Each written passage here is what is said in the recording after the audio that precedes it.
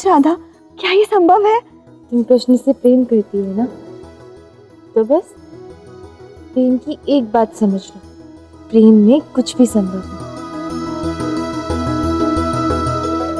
चलो कृष्ण के सबसे प्रिय स्थान यमुना तट पर, वहाँ कृष्ण की अनेक स्मृतियां हैं। यमुना को स्वयं कृष्ण से अथाह प्रेम है। कृष्ण के जन्म से आज तक यमुना उससे जुड़ी है। चलो।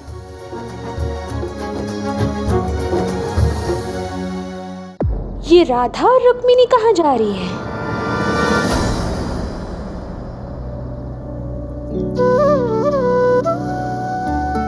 ये है यमुना का घाट। यहाँ कृष्ण ने अपनी सर्वाधिक स्मृतियां बिताई हैं।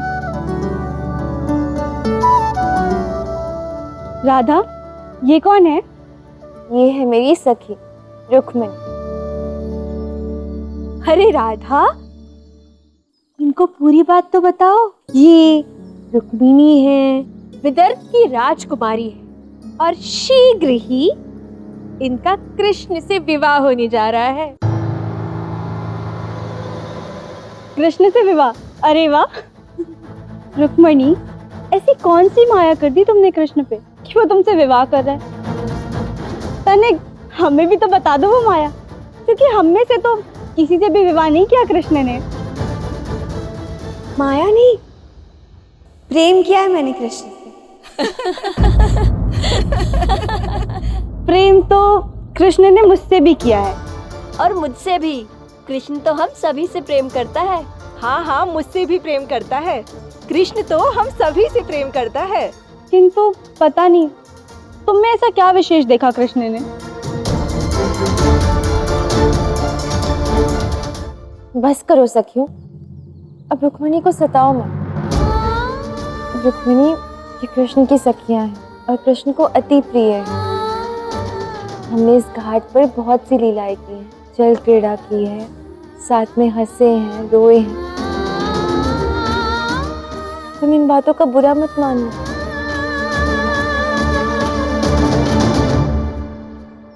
अरे राधा, बुरी बात तो बताओ। इन सारी सखियों ने रात रात भर कृष्ण के साथ रास जो किया,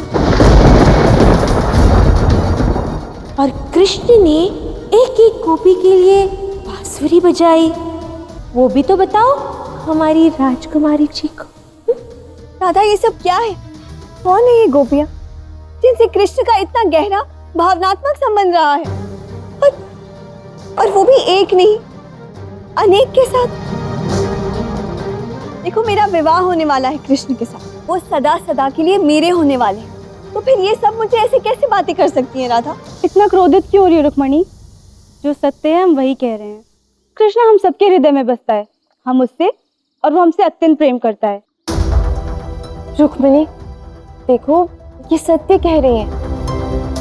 कृष्ण इनसे और ये कृष्ण से अत्यंत स्नेह रखते हैं। कृष्ण ने तो इनके भीतर की शक्ति को जगाया है, उसका आभास करवाया है, प्रेम की सही परिभाषा को समझाया है।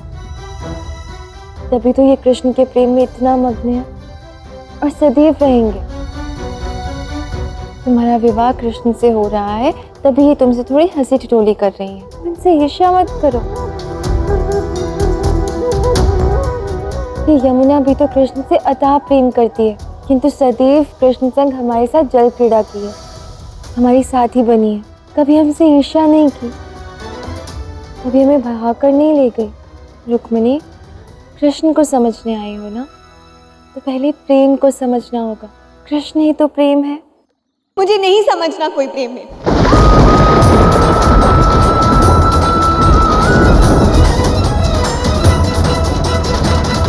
आप लोगों ने कृष्ण के साथ थोड़ा समय क्या बिताया? उन्होंने आप पर थोड़ा ध्यान का दे दिया? आप सब लोगों से प्रेम समझ बैठे। ना एक ही व्यक्ति इतने लोगों से प्रेम कैसे कर सकता है? और ये यदि सत्य है भी, यदि कृष्ण ने आप सबके साथ रास भी किया है, बांसुरी भी बजाई है, तब भी वो सर्वाधिक प्रेम तो मुझी से करते हैं। और इसीलिए वो मुझसे विवाह भी कर रहे हैं। और ये यमुना तो एक नदी है, ये भला कृष्ण से प्रेम कैसे कर सकती है? इसका जल तो इतना मलिन है कि इसमें भला भला कोई जल क्रीड़ा कैसे कर सकता है? मैं तो इसमें अपने पग भी ना दूं।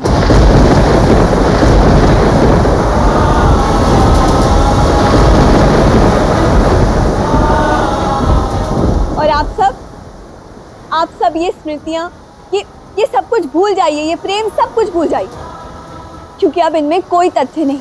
कृष्ण अब केवल मुझसे और मैं कृष्ण से प्रेम करती हूँ।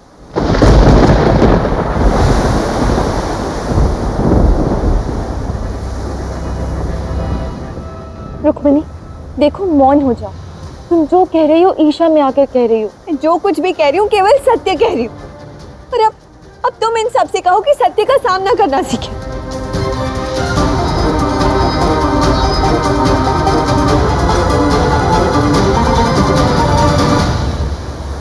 रुक्मणी अनुचित कह रही है राधा। विवाह होगा तो क्या हम कृष्ण से प्रेम क्यों ना करें? देखो, तुम लोग रुक्मिणी की बातों का बुरा मत मानो।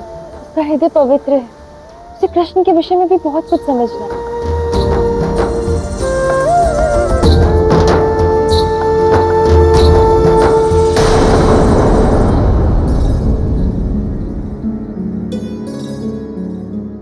कृष्ण, कहाँ हो? शीघ्र आओ।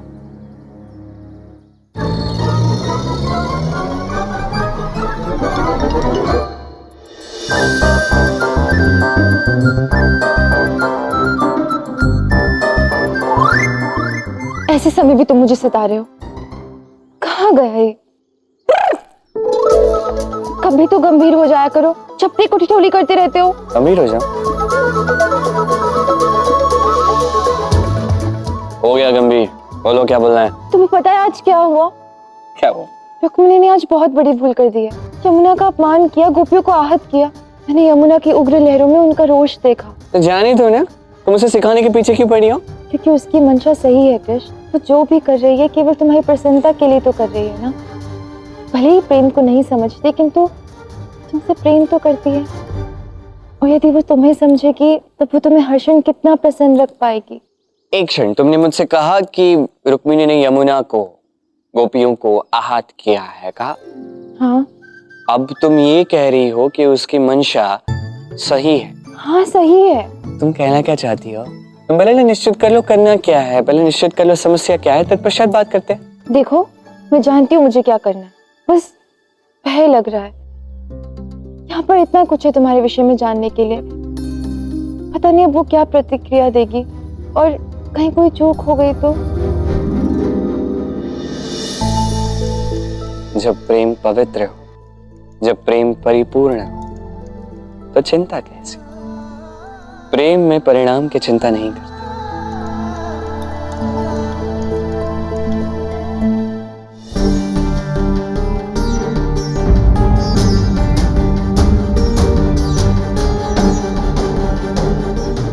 हे महादेव, प्रतीत होता है जो भूल मुझसे हुई उससे कुछ बहुत ही भयानक घटने वाला है।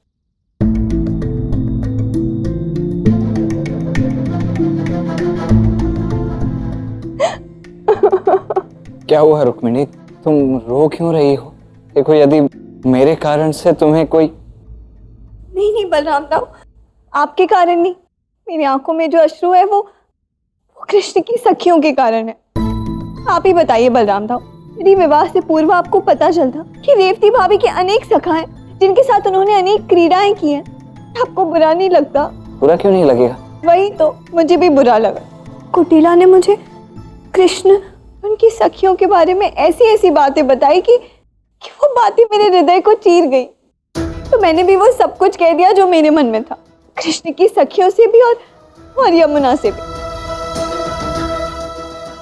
ऐसा क्या कह दिया तुमने यमुना से और सखियों से? वही जो क्रोध में मन ने कहा कि यमुना का तट मलिन है, और सारी सखियों से भी कह दिया कि अब वो कृष्ण को भूल जाए। अब कृष्ण उनसे कोई प्रेम वेम नहीं करते, अब वो केवल मुझे चाहते। अब मुझे आत्मग्लानि भी हो रही है। देखो रुक्मिणी, तुम इस प्रकार रुदन मत करो। तुमने जो कुछ भी कहा उससे यमुना को बुरा नहीं लगा होगा, मुझे विश्वास है। और रही बात गोपियों की, तो गोपियों को तो राधा समझा ही लेगी। यमुना को बुरा क्यों नहीं लगेगा? यमुना को बुरा इसीलिए नहीं लगेगा रुक्मिणी, क्योंकि यमुना स्वयं कान्हा से अत्यंत प्रेम करती है। यहाँ तक कि जो कान्हा से प्रेम करते हैं, कान्हा जिनसे प्रेम करता है, उन सबको यमुना कभी स्वयं में डूबने तक नहीं देती। ये कैसे संभव है बलराम दाऊ? मैं कह रहा हूँ संभव है। जानती हो, जब कान्हा का जन्म हो रहा था ना, तब यमुना में भीषण बाढ़ आई थी, किंतु उस भीषण बाढ़ के चलते यमुना ने कान्हा को नदी में डूबने नहीं दिया, उसे नदी पार होने दिया। अरे ये तो कुछ भी नहीं है, हमारी राधा स्वयं एक बार चलकर यमुना की गहराइयों में गई थी और यमुना ने उसे तक डूबने नहीं दी। मैं सबको अपने प्रेम का प्रमाण दूंगी, यमुना के भीतर जाकर दिखा दूंगी कि कृष्ण सबसे अधिक प्रेम मुझसे करते हैं।